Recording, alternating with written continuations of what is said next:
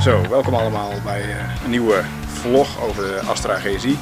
Vandaag gaan we aan de slag met de koeling, of tenminste met de thermostaat. Toen ik een nieuwe motor in deze auto liet zetten, pak een beetje een jaartje of 12, 13 geleden, toen was het idee dat de eigenaar van die motor had dat hij een 85 graden thermostaat een goed idee vond. 85 graden thermostaat houdt de motortemperatuur lager. En dat is een goed idee als je bijvoorbeeld gaat rally rijden of als je dagelijks op de Nürburgring te vinden bent. Maar eigenlijk niet zo goed voor dagelijks gebruik. Dan wil je gewoon de motor gewoon goed op temperatuur hebben. Toch al die jaren eigenlijk zelf niet die thermostaat vervangen. En voor gewoon een standaard 92 graden thermostaat. Maar goed, we moeten nu straks in Autoweek verschijnen. En je weet zeker dat als je daar niks aan doet, dat je daar commentaar op gaat krijgen van de keurmeester. Dus daar gaan we vandaag wat aan doen. En als tweede gaan we even kijken naar de sensor, de temperatuursensor van het koelwater. Ik denk dat daar in de bedrading iets mis zit. Daar krijg ik af en toe een foutmelding op. Dus daar gaan we zo eens even mee aan de slag. Nou, hier zien we de thermostaat zitten. Daaronder zit de temperatuursensor. Die meet de temperatuur van het koelwater. Ik wil even de bedrading gaan nalopen. Je ziet dat die erg strak om een hoek gaat. En dan lopen we gelijk eigenlijk even de hele kabel na. Als nodig is gaan we wat solderen. En anders is het een kwestie van goed leggen en zorgen dat er minder spanning op staat. We starten eventjes met het loshalen van de waterslang, de koelslang.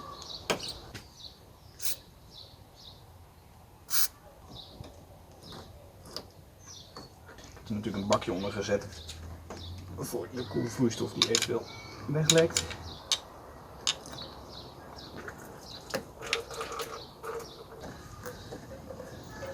Voorzichtig doen met deze slang, want die zijn dus niet meer nieuw te krijgen. Dat is natuurlijk met steeds meer onderdelen is dat het geval. Ja.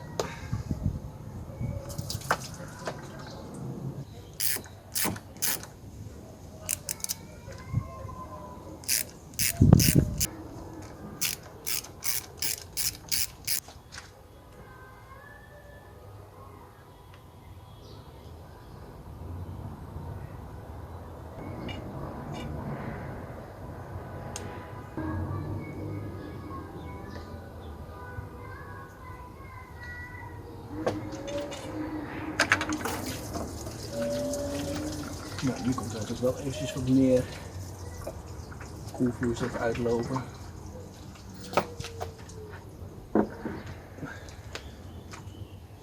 Nou, we zien eigenlijk dat de thermostaat er nog hartstikke goed uitziet.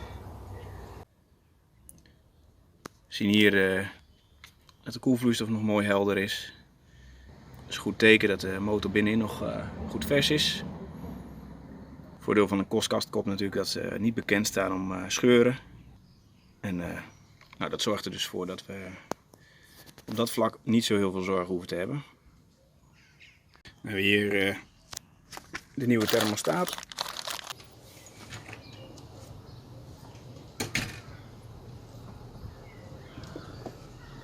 Dan gaan we even zo nalopen.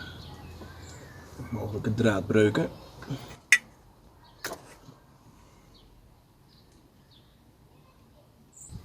Maar first things first.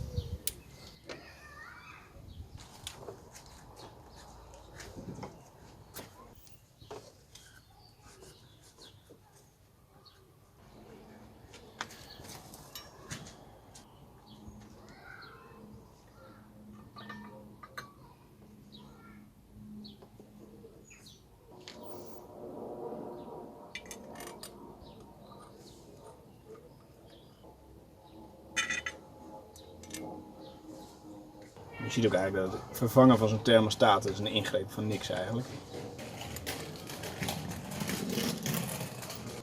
Kind kan de was doen.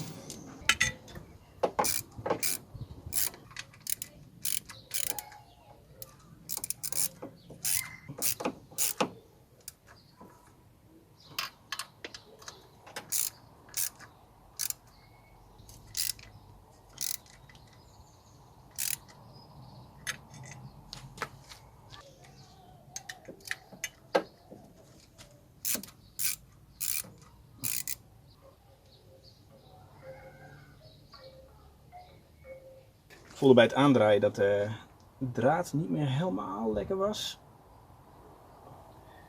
Dus toch eventjes met een tap erin.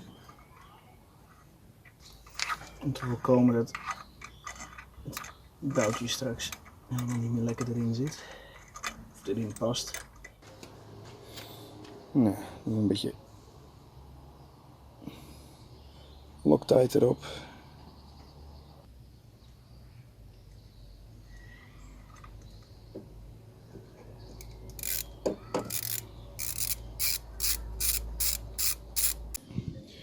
En dan het vervolg, deze kabel,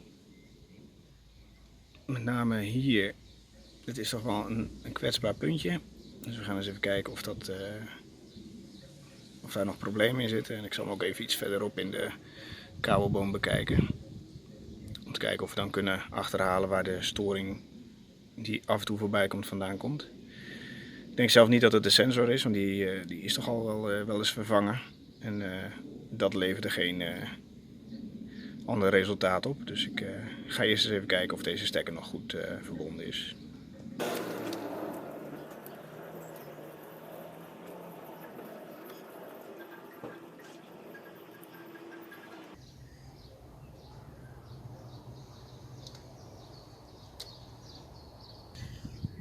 Ja, hoewel er hier wel een breukje zit in de isolatie, lijkt de verbinding nog wel prima te zijn. Dus we gaan daar een stukje isolatie omheen doen, zodat dat weer dicht is. Hier verderop zie ik ook geen aanleiding om verder te zoeken.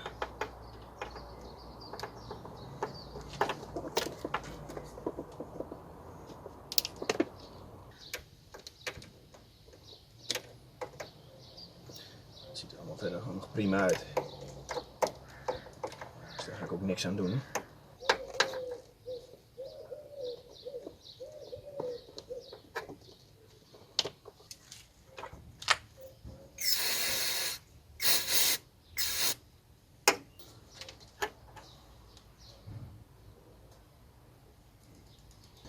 Het wordt allemaal een beetje stug en droog natuurlijk na zoveel jaar. Ik ben blij dat er nog gewoon de originele bescherming omheen zit natuurlijk.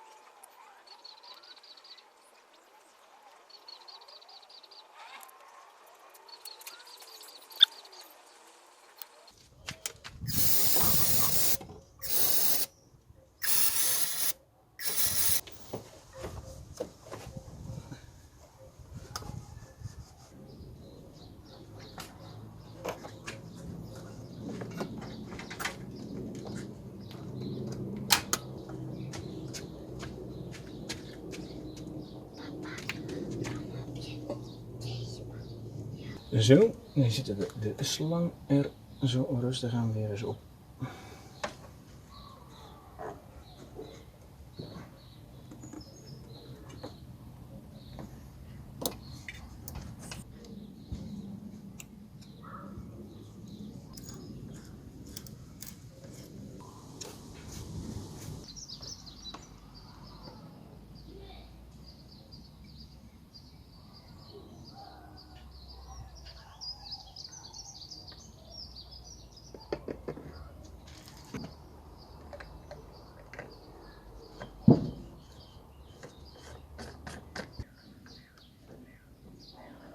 Nou, we zijn klaar voor vandaag. Best wel weer productief geweest, dus de thermostaat vervangen. Daarnaast ook nog wat andere dingetjes tegengekomen. Ik had af en toe last van een melding dat die oliepeil te laag was, terwijl dat oliepeil toch prima leek te zijn. En aangezien ik de bedrading toch wilde intapen, om de beschermingshoes zat onder het vet, dus die heb ik schoongemaakt. En toen kwam ik erachter dat er ook eigenlijk nagenoeg een draadbreuk in die bedrading zat. Dus die heb ik even gesoldeerd. En daarmee hoop ik dat die meldingen ook weg zijn. Nou, al met al dus een productieve dag. En ja, een stapje verder naar 9 juli. Want dan mag hij dus naar klokje rond van de Autoweek. En nou, dat moet natuurlijk wel een beetje in orde zijn. Dus dat was het voor vandaag. Tot de volgende vlog.